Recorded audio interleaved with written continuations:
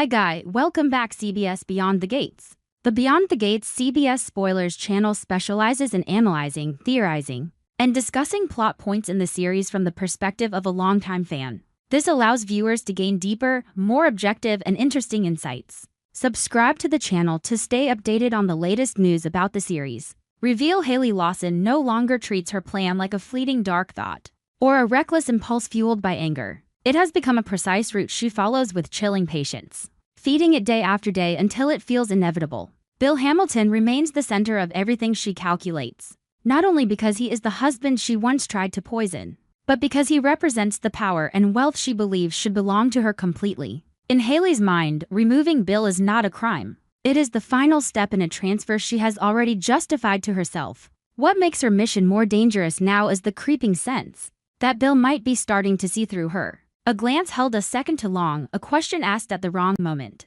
A silence that lingers where it never used. Tony of it is enough for Haley to feel the shift.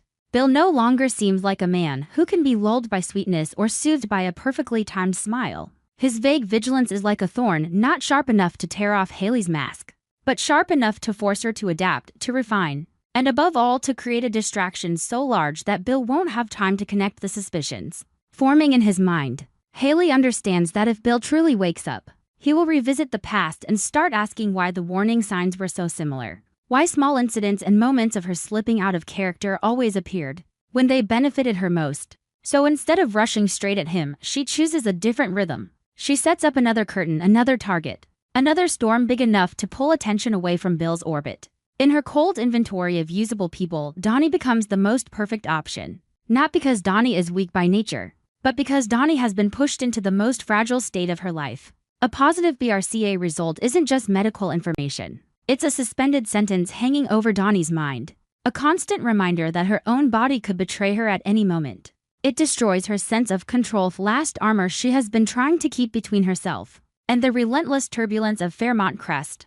Donnie doesn't only fear illness, she fears losing her future, being reduced to a burden, living inside permanent dread that no one can truly understand. That crisis drags her into a psychological shadow where every negative thought feels reasonable, where every word around her can sound like pity or judgment. In those days when Donnie sinks deeper into that mental spiral, Nicole becomes the natural place Donnie reaches for it, because Nicole can fix genetics, but because Nicole offers the rare comfort of safety, someone who listens without forcing, someone who stays without turning Donnie into a spectacle. Donnie clings to Nicole like a float in violent water, trying not to drown in panic. But even Donnie's search for comfort is not private. Haley watches. She sees Donnie unraveling, sees the signs of a mind so exhausted it wants to give up, sees the long silences and the unfocused stare of someone trying to imagine a future she may not have the strength to live through. Haley does not look at Donnie with compassion. She looks with the eyes of someone evaluating a chess piece, how easily it can be moved, how useful it can be, how much it can change the board if pushed at the right time. What Haley needs is more than a secondary victim to blame later or a convenient pawn for cover. She needs a variable convincing enough to shift the spotlight away from Bill. A storyline loud enough that anything strange around Bill can be explained by something else. Donnie, with a mental breakdown that would look believable to anyone, can become the perfect mirror for chaos. When someone is trapped between fear and rage, they can be guided into decisions they would never make in a stable moment. Haley understands that and she waits. She lets Donnie become tired enough to crave any hand reaching out, helpless enough to believe in someone who seems to understand her. When Haley approaches Donnie, she chooses the tone of calculated, counterfeit empathy. She doesn't rush in with advice or preach from above. She appears at the right time, in the right space, as if she simply noticed Donnie struggling and wanted to share the weight. She offers just enough concern to make Donnie feel seen, but not so much that it feels suspicious. In the way Haley studies Donnie, in the careful softness she performs, she sends a message Donnie is starving to receive. Donnie has the right to be angry, the right to be terrified, the right to feel that the world is unfair. That validation is what loosens Donnie's defenses, because Donnie has been living as if every emotion is a liability, afraid of being labeled weak, afraid of being dismissed as dramatic, afraid of being judged for not staying strong. Haley makes Donnie feel that her collapse is allowed, and the moment Donnie begins to believe Haley is the one person who won't demand she keep her mask on, the door opens. Haley plants negative ideas about Bill without attacking him outright. She doesn't declare him the enemy or turn him into a monster. She simply nudges the darker thoughts Donnie already carries, the feeling of being abandoned. The sense that everyone is more invested in power and money than in Donnie's real pain. The frustration that Donnie is always forced to swallow damage created by other people's choices. Haley chooses the moments when Donnie is most vulnerable to suggest, gently, that Bill will always put himself first. That Bill will never truly understand what Donnie is going through. That he will view her as yet another problem to manage. Haley doesn't need Donnie to accept it instantly. She only needs those thoughts to exist in Donnie's head like grains of sand. Irritating enough to scratch every time Bill comes up. Powerful enough to tilt Donnie's gaze toward him with less warmth. At the same time, Haley quietly feeds Donnie's anger not as a loud explosion but as a steady, slow-burn rage that steals sleep and whispers that retaliation is justified. She circles Donnie's fear the way a skilled manipulator circles an audience's blind spot, turning dread into something she can steer. Donnie fears the future, so Haley reshapes that fear into resentment toward the present. Donnie fears her body betraying her, so Haley makes it feel as if people are betraying her too. Donnie fears losing everything, so Haley frames control as something Donnie must seize back at any cost. And when a person is both afraid and furious, they can be pushed toward an action that seems small but carries consequences far larger than they can see. Right when Donnie is at her most exposed, Haley suggests an action that seems harmless aimed at Bill. She never calls it revenge and never labels it an attack. She wraps it in logic, a small move to make Bill pay attention, a minor jolt to make him pause. A way for Donnie to feel she can still affect the world instead of waiting for fate to crush her. Donnie, overwhelmed and desperate for any sense of agency, treats that suggestion like an escape hatch. It gives her the illusion she can do anything relieve the helplessness. Donnie agrees, not because she wants to destroy Bill, but because she wants to remind herself she still exists, still has choices, still can make someone else react instead of always being the one who suffers in silence. She doesn't realize that the moment she reaches for control is the moment Haley tightens her grip on the strings. Haley doesn't let Donnie act freely. She arranges the circumstances, positions Donnie's harmless act where it will cause the strongest chain reaction. Haley knows a perfect plan doesn't require many steps, it requires the right timing, the right person, and the right psychology. Donnie is the right psychology. When the act happens and the disturbance begins, Haley immediately turns it into a major distraction and upheaval. Big enough to force Bill into unexpected trouble. Loud enough to pull everyone's attention toward Donnie, toward Donnie's emotions, toward questions about Donnie's stability. Haley doesn't need to invent anything new. She only needs to amplify what already exists until it becomes unmanageable. And when the room fills with concern, arguments, and gossip about Dana, why she did it, what she's going through, whether she's okay, Bill is dragged into the center and forced to manage the crisis in front of him. He has no time to look down at the stage floor and notice the strings being pulled. Bill, already uneasy about Haley, is now fully distracted by the sudden fallout. He has to respond quickly, protect his image, control damage, contain a mess that threatens to spill beyond the gates of Fairmont Crest.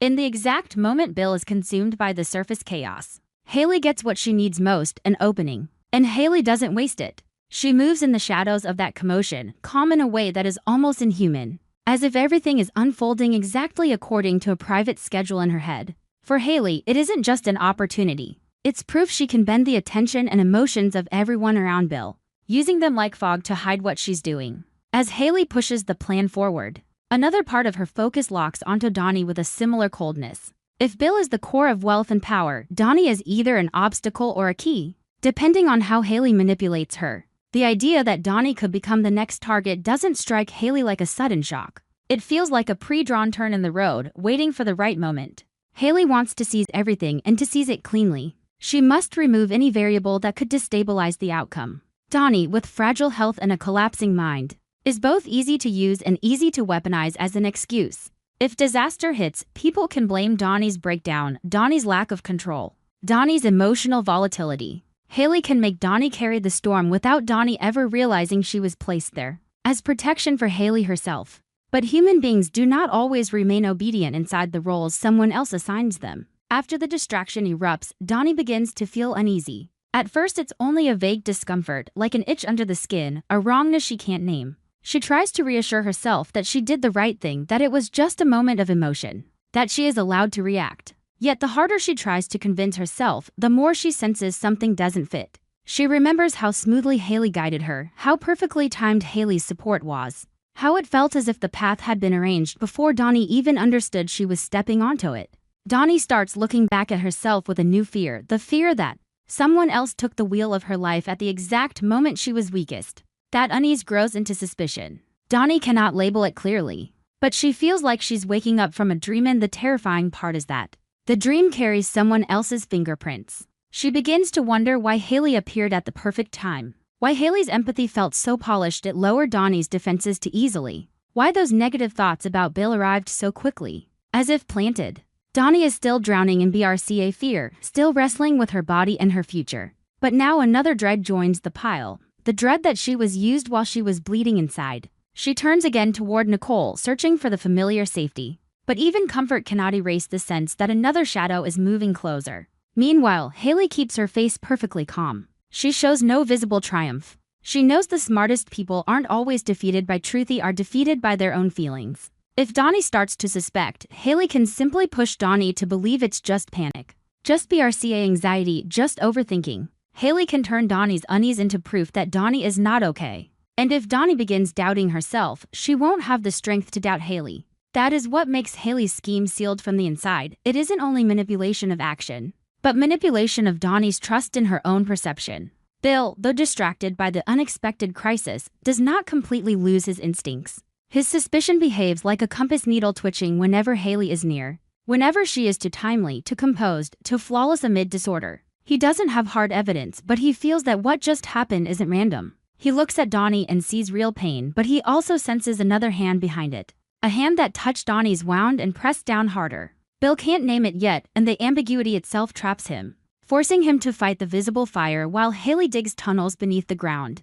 The tension at Fairmont Crest therefore doesn't come only from a murder plot being quietly executed, but from the collision of fractured minds. Donnie is trapped inside fear of her own body. Nicole tries to be a lifeline while being dragged into the emotional undertow. Bill struggles to hold control under sudden pressure. And Haley keeps moving forward like someone who no longer believes she can lose. Each of them is fighting an internal war. But Haley's war is the most dangerous because it isn't a conflict inside her. It is a plan already legalized in her conscience. Haley no longer asks whether she is wrong. She only asks how to win. In the long, suffocating night, Donnie feels as if the BRCA fear has turned into fog over everything, blurring who is safe and who is using her. She wants comfort, and fears comfort is another trap. She wants to believe she is still herself and yet can't ignore that she did something unfamiliar. As if someone placed a decision in her hands and told her it was hers. And as Donnie begins to sense that something is wrong, she doesn't realize that this exact awakening was something Haley anticipated from the beginning. Suspicion will come. But suspicion that comes late, inside chaos, rarely saves anyone in time. Donnie's most dangerous slip isn't the act she committed. It's the moment she begins to replay it and recognize the pattern. If Donnie speaks, if she looks directly at Haley instead of blaming herself, one vital link in Haley's chain could snap. But Donnie is still fragile, and Haley is still close enough to touch her fear whenever she wants. Bill, although he senses the shape of something rotten, still lacks enough certainty to rip the curtain down. In the end, the suffocating suspense doesn't come only from what Haley is about to do, but from the question of who will wake up first before it's too late. Donnie feels unease, Bill feels suspicion. Nicole feels helplessness as she stands between Donnie's crumbling psyche and Haley's cold, unnamed intensity. And Haley, inside her dangerous silence, is ready to exploit every opening Donnie's panic and Bill's distraction create. Just as Donnie is about to cling to something solid and tell Nicole she feels she was guided, push-edge notices a tiny detail in the chain of events. A detail that turns her blood cold because it cannot be coincidence. If she is right, then the person closest to her during her weakest days may be the one who pushed her to the edge. Donnie understands that if she speaks, Haley will know Donnie has started connecting the pieces. But if she stays silent, Haley will have more time to complete the next step aimed at Bill.